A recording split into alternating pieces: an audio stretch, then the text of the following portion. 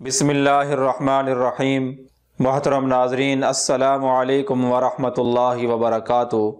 خواب کی تعبیر کے سلسلہ میں ایک نئی ویڈیو کے ساتھ میں آپ کی خدمت میں حاضر ہوں، تو آئیے شروع کرتے ہیں۔ آج کی یہ ویڈیو خواب میں حضرت عزرائیل علیہ السلام کو دیکھنے کی تعبیر سے متعلق ہے۔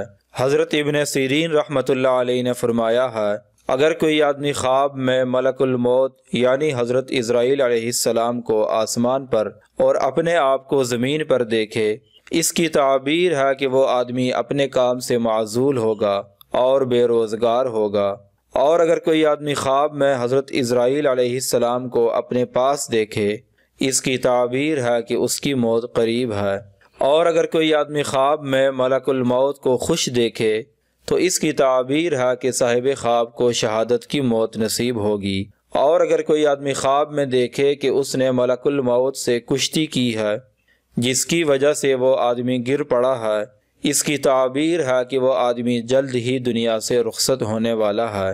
اور اگر کوئی آدمی خواب میں دیکھے کہ اس نے ملک الموت سے کشتی کی اور ملک الموت کو گرا لیا ہے، تو اس کی تعبیر ہے کہ وہ آدمی بیمار ہوگا لیکن جلد ہی شفا پائے گا۔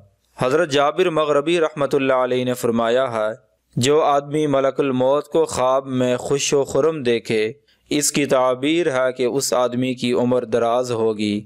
اور اگر کوئی آدمی خواب میں ملک الموت کو سلام کرتا ہوا دیکھے، اس کی تعبیر ہے کہ یہ آدمی جلد ہی شہادت کی موت پائے گا۔ اور اگر کوئی آدمی خواب میں ملک الموت کو کوئی میٹھی چیز تقسیم کرتے ہوئے دیکھے تو اس کی تعبیر ہے کہ صاحب خواب کی جان آسانی سے نکلے گی۔ اور اگر کوئی آدمی خواب میں ملک الموت کو غصے میں دیکھے تو اس کی تعبیر ہے کہ اس آدمی کی موت خطرناک ہوگی۔ اور اگر کوئی آدمی خواب میں دیکھے کہ ملک الموت کوئی کڑوی چیز تقسیم کرتا ہے، اس کی تعبیر ہے کہ صاحب خواب کی جان مشکل سے نکلے گی۔ اور اگر کوئی آدمی خواب میں دیکھے کہ لوگ اس کو خبر دے رہے ہیں کہ ملک الموت فلاں جگہ ہے اور وہ آدمی دور سے دیکھتا ہے، اس کی تعبیر ہے کہ اس کو بادشاہ سے واسطہ پڑے گا۔ اگر آپ کو یہ ویڈیو اچھی لگی ہے تو برائے مہربانی اسے لائک کریں اور ہمارا چینل سبسکرائب کریں۔